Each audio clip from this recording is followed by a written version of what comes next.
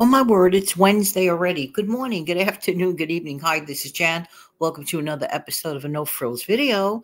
I've been answering questions all week. One of the most interesting questions people have for some reason or another, they're fascinated by how much money do I personally spend monthly. I do it monthly. I calculate it monthly. I am a little bit of a bean counter when it comes to grocery shopping. And my personal goal is to keep my groceries from $200 and below. And yes, even here in New York City.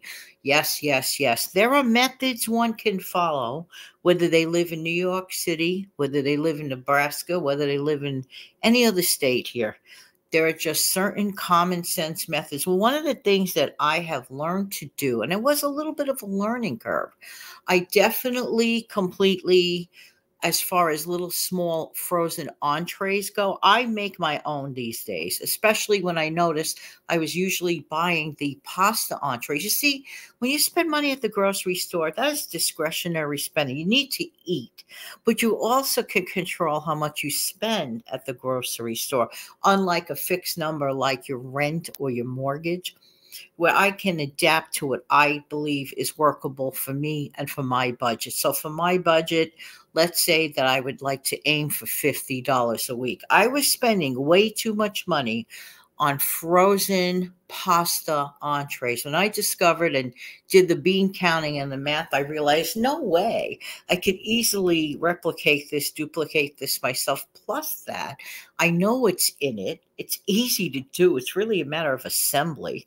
So once a month, I'll make a batch of pasta product that I'm in a mood for that month, whatever.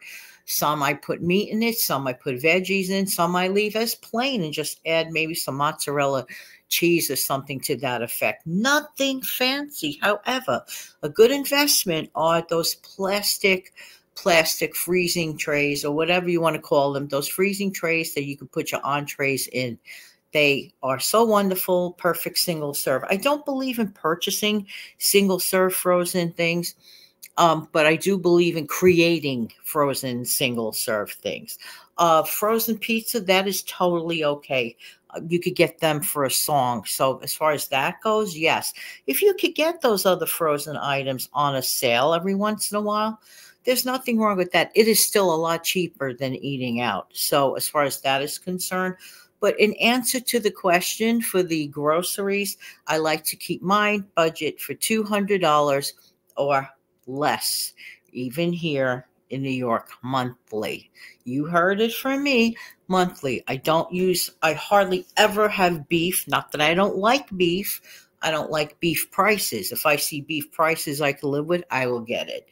But I have switched over to the ground turkey as opposed to always using ground beef. I save so much money that way. It's not for everyone.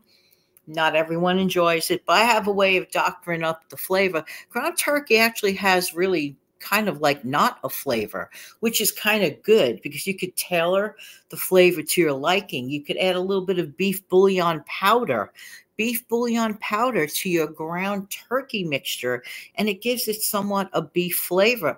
And if you make meatballs that way, well, a lot of times people don't even know it's ground turkey versus ground beef. So this is a wonderful trick, and I use it for sauces and chilies and things of that nature. But going the homemade route for swapping out for certain frozen products has saved me a ton of money. What else saves me a ton of money is I do not buy bottled water. I only keep a few jugs in the house in case there is a water emergency.